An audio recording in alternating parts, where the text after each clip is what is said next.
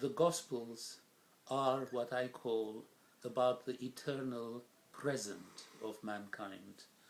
And the paradigm there is Jesus' life story, how he lived for justice, he performed justice, he was totally innocent, and evil people killed him precisely for his innocence and for all the wrong reasons and for all the right reasons that Jesus was living for, which is basically socialist decencies, socialist humanitarianism, compassion, and no exploitation when he chased the bankers out of the temple. There are many symbolical acts. Everything Jesus does is symbolical practically. So it is very important that Jesus' main message is delivered on a mountainside in Galilee when he preaches to the people. For example, to show you how the symbols work, Jesus fed 5,000 people with 5 fish. This is symbolical of the fact that the earth is fertile. It can sustain 5 times 5 billion people. You don't need to fight over food. The ease with which Jesus fed these people usually is an evidence of the beauty and ease of natural phenomena. In other words, Jesus illustrates the ease with which the earth is fertile. And so one doesn't need to fight over food. Anyone who has an apple tree will know that when the apples come, you can feed the whole neighborhood with them.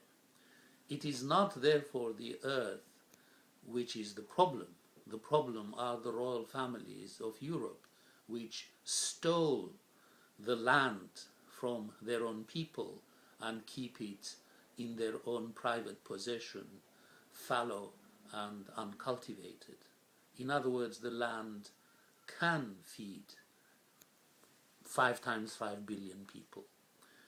Another fact is that Jesus, in his mountain sermon, gives the very important basic fundamental of his philosophy, which is don't do others what you don't want done to yourself. Actually, this is one version of it and a later version.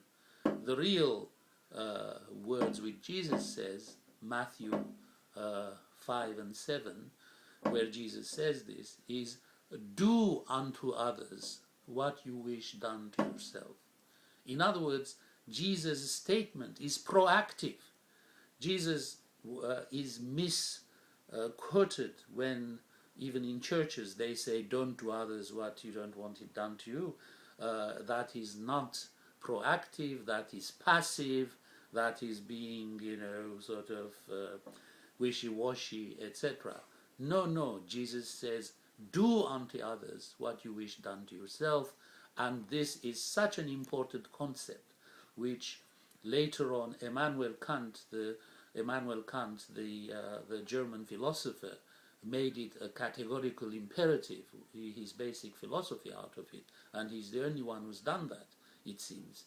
So I think that this principle that you should do unto others what you want done to yourself should be adopted by the United Nations as a first principle of conflict resolution.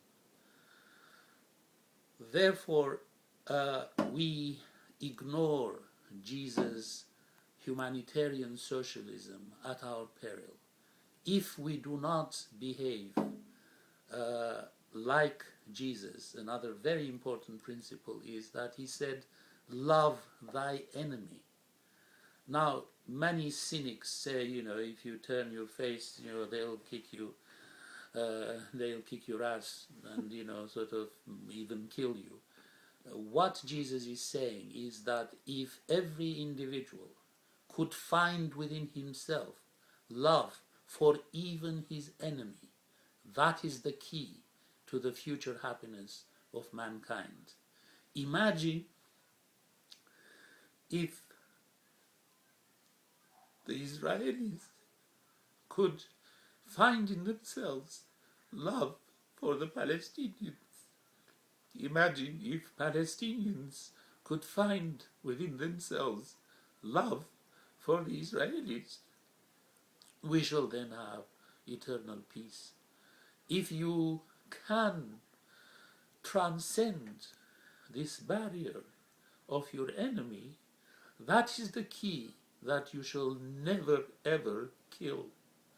There is only peace if you can love your enemy, and that is the future of the happy society and mankind.